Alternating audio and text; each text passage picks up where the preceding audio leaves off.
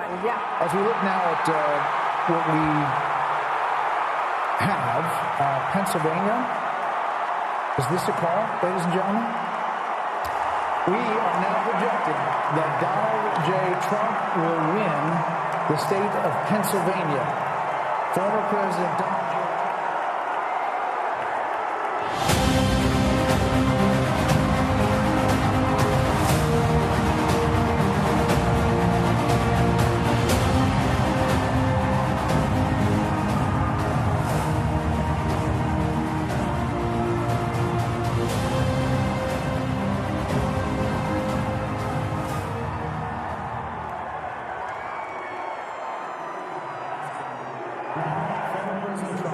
will win the state of Pennsylvania, and we can make that call, the 19 electoral votes. That puts him at 267, not officially over the 270, but the path that it takes to get to 270, he is well on his way to becoming the 47th president of the United States in what is going to be the biggest political phoenix from the ashes story that we have ever seen. Ever. I mean, I'm going to say it's more than Grover Cleveland in 1892. Grover Cleveland was not the subject of a Russia investigation, 2 impeachments, 2 assassination attempts.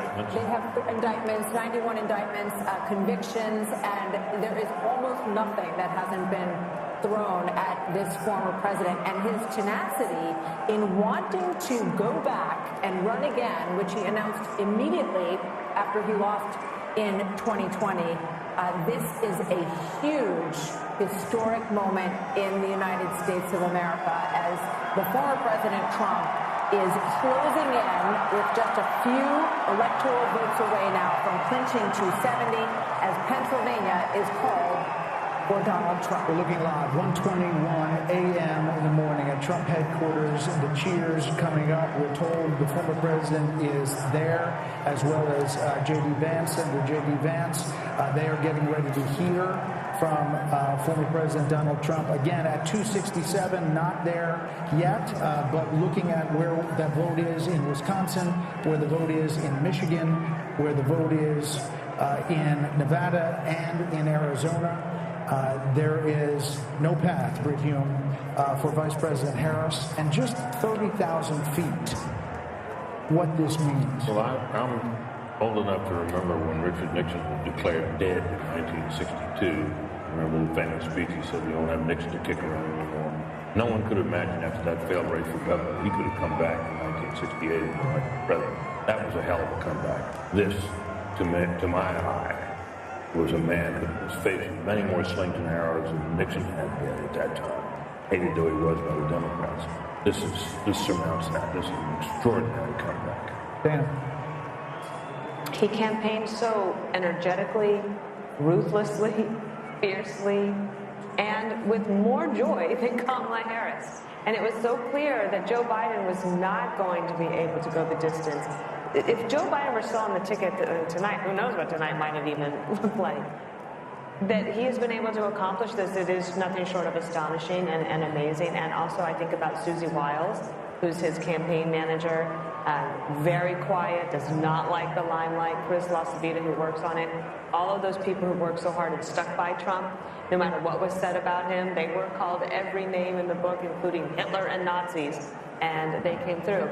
The other thing that's on my mind is, last night at her closing rally, Oprah Winfrey said that if Donald Trump is elected again, basically you can just write America off. Like, America's just going to fall apart. That's obviously not true, although I'll be surprised tomorrow if there's a big line at JFK of Hollywood celebrities leaving the country, as I said they were going to. This is the greatest country, and there will be so many opportunities for lots of deal making. I think President Trump will be in the mood, but he also has a huge to-do list. Biden and Harris have left a mess. His closing argument was, she broke it, I will fix it. And she talks about having a to-do list. He's got a big to-do list, but he thrives on it. And you saw that through the whole campaign. He is, I think, enthusiastic about doing the job of being President Harold, and it is just an absolutely remarkable. I think if you wrote this as a movie script, people would say this never happened in the United States of America. He's a single, I've said this before, he's the single greatest political athlete I've ever seen. And tonight he proved why. There were moments in the campaign where I thought he would said some things and did some things that I didn't quite understand, that I thought maybe detracted from that. But tonight obviously proves that too. He also ran a traditional campaign. He connected with voters on issues. He talked about the things that mattered most to voters. And Democrats said he didn't talk about them in the most full-throated way. He didn't talk about it in the most wholesome way. Didn't talk about it in the most comprehensive way. But he connected with voters. I would urge my party tonight, if indeed I think he's almost at 270. We'll declare here shortly once Alaska comes in. Don't write off the American people.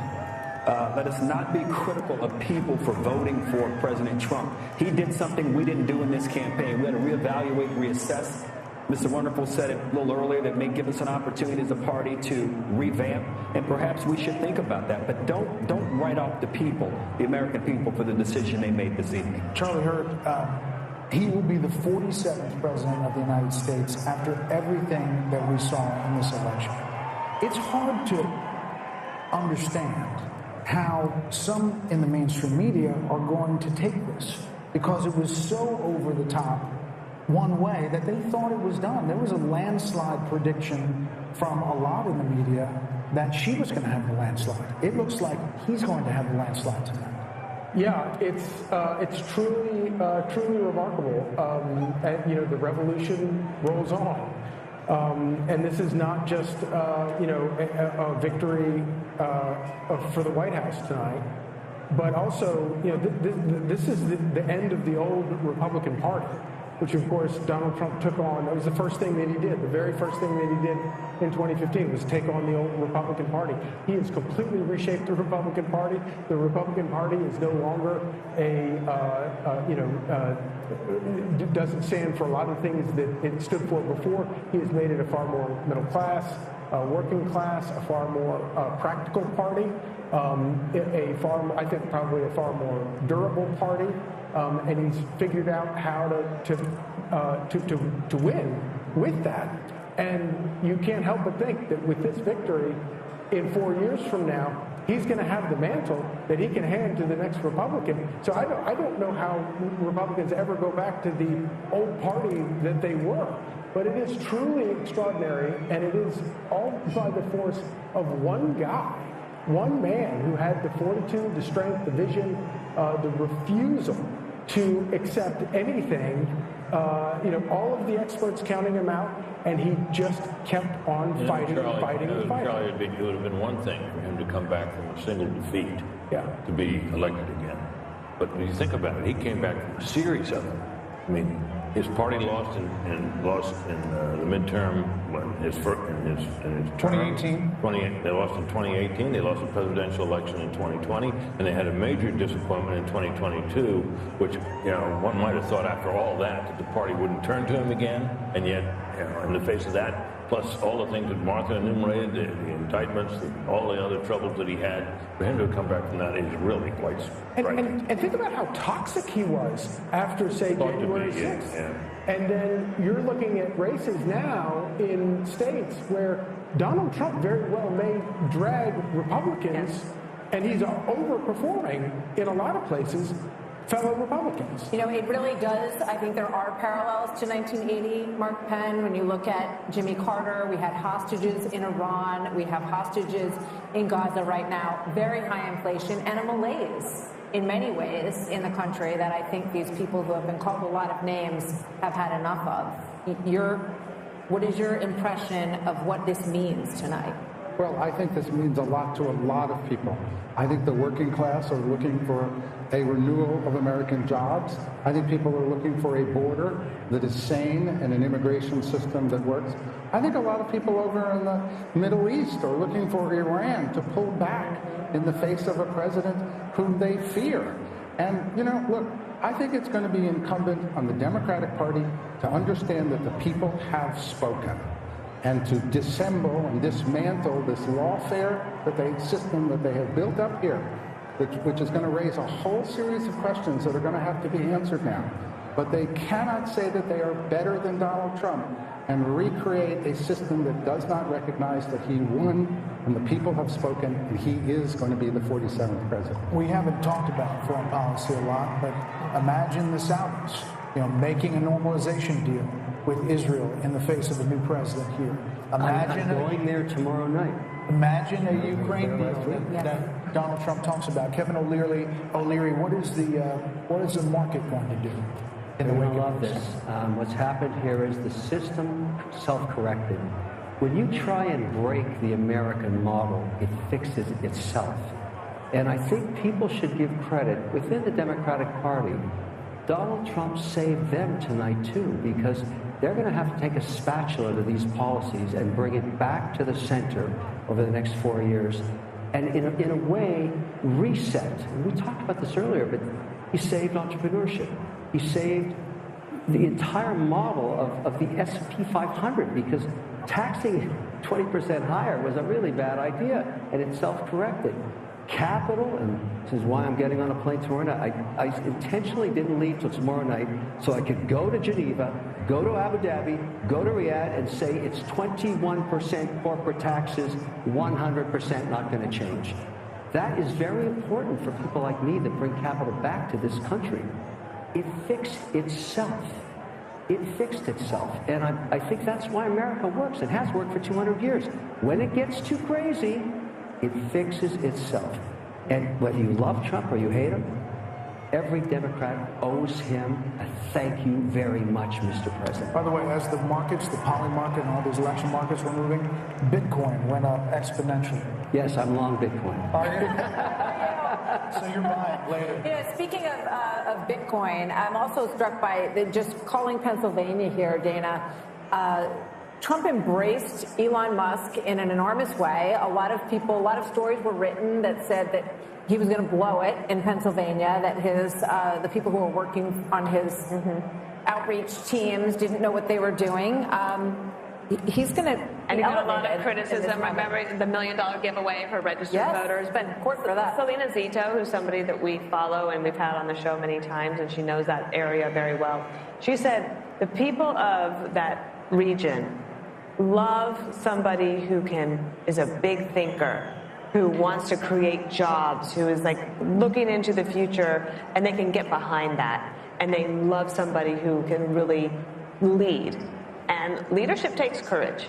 And you have to be willing to make decisions where you are going to be criticized. I think this is one of the problems that Kamala Harris has always had. She doesn't want to take a position on anything. We haven't even talked about how in California, the law to basically make shoplifting illegal again passed overwhelmingly. And Gascon, our friend down, the DA in Los Angeles, lost by 22 votes. I mean, this is in California, so it was everywhere. And 2 days before, 22 points, thank you.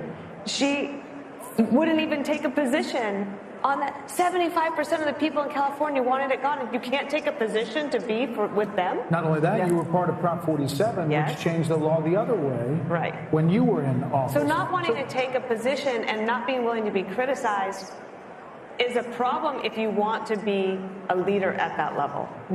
She had that affliction in 2020. Why didn't her own party say, you're not the right candidate? I mean, run a process. Well, they did. They ran her out of town right before any votes were cast in 2019. But the same affliction out of there. Hit her here. The same problem she had in 2020 hit her in 2024. She's the same person. I mean, it's not all her fault. They put her in a race that she, well, we now know couldn't win. But Karen, in fairness to Democrats, there's no doubt. I agree with you on unrealized capital gains. We shouldn't be taxing that. But we produce more wealth, more innovation, more oil, more cures, more therapeutics over the last 3 years. So I hear you. Democrats are not bad for the economy. Some things she proposed that I'm with you on. But we're a great country, and we're going to continue to be great. And I trust and hope and believe that President Your party will be great again. I want the and you can thank Donald Trump for that. But he inherited an economy also that was in pretty good shape. I don't want to quarrel about that. All I want is going forward. I agree with you. I want the country to be great, and I hope that both of the parties can work together to try and do that. And I salute President Trump tonight. What a great win, and I agree with you in this regard. My party's got to reimagine and reinvent itself going forward. Your party needs more of you. I wrote about this, the unity and you did. Past presidents and past losers and winners and what they said. This is a big speech, Britt, for former President Trump. As he gets ready to deliver this in front of a crowd, he's obviously taken the slings and arrows and everything that's been said, the fascism, all of the things we talked about tonight. But this moment,